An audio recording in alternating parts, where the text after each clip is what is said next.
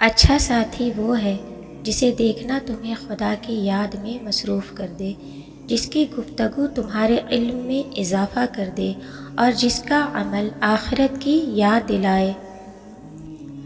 غلط فہمی اور غصے سے ہی تعلق ٹوٹتے ہیں، ورنہ گلے لگا کر کون کہتا ہے کہ آج سے ہمارا تعلق ختم۔ خاموشی اختیار کر لیں مگر گلہ مت کریں، گوشہ نشیں ہو جائیں مگر اپنا معیار مت گرائیں۔ عزت نہ ملے تو کنارہ کشی بہتر ہے، لیکن وقت کی بھیک نہ مانگیں، کیونکہ عزت اور محبت کے بغیر کسی بھی رشتے کا وجود نہیں۔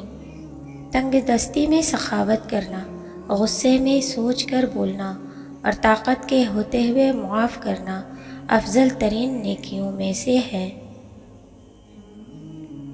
داڑھی والا چور نہیں ہوتا، بعض اوقات چور داڑھی رکھ لیتا ہے۔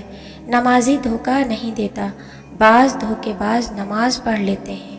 برائی کو ختم کریں، نیکی کو نشانہ نہ بنائیں۔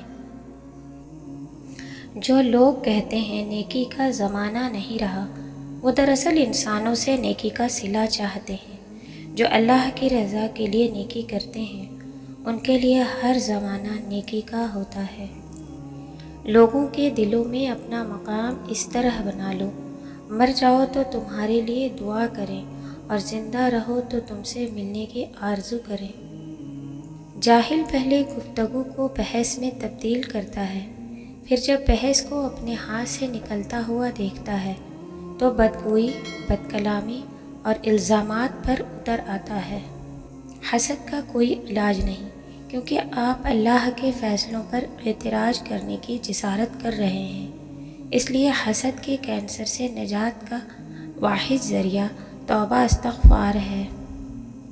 میرے پاس وقت نہیں ہے ان لوگوں سے نفرت کرنے کا جو مجھ سے نفرت کرتے ہیں، کیونکہ میں مصروف رہتا ہوں ان لوگوں میں جو مجھ سے محبت کرتے ہیں۔ ویسے تو لوگوں کے پاس کرنے کو بہت سے کام ہوتے ہیں، لیکن وہ دوسروں کی زندگی میں دخل دینے والے کام کو ہی زیادہ سنجیدگی سے لیتے ہیں۔ حضرت علی رضی اللہ تعالیٰ عنہ نے فرمایا، اگر خوش رہنا چاہتے ہو تو نہ کسی سے امید رکھو اور نہ شکوہ کرو۔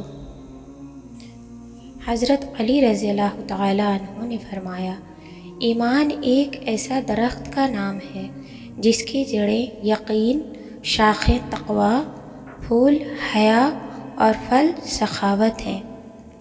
دوسرا وہ شخص جس کے قلب میں ایمان اور یقین پیدا ہو گیا ہو، وہ بلا شبہ خوش و خرم رہا اور نہایت سعادت مند اور با اقبال ہوا۔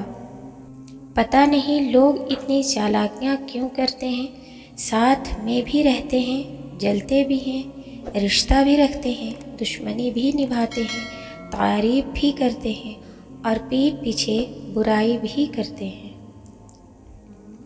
کوئی ناراض ہو تو کتنی منتیں کرنی پڑتی ہیں اسے منانے کے لیے، اور ایک اللہ پاک کی ذات ہے جو ایک آنسو سے عمر بھر کے گناہ معاف کر کے مان جاتا ہے۔ انسان کے ارد گرد ایسے بھی لوگ اپنوں کی شکل میں موجود ہوتے ہیں جو گلے لگا کر انسان کی جڑیں کاٹ دیتے ہیں۔ غلطی ماننے اور گناہ چھوڑنے میں کبھی دیر مت کرو، کیونکہ سفر جتنا طویل ہوتا جائے گا واپسی اتنی ہی مشکل ہوگی۔ بڑا خطرناک دور چل رہا ہے، ہر طرف فتنے ہی فتنے ہیں۔ اے رب کائنات، ہماری باقی زندگی صراط مستقیم پر گزارنا، آخری خاتمہ ایمان پر فرما۔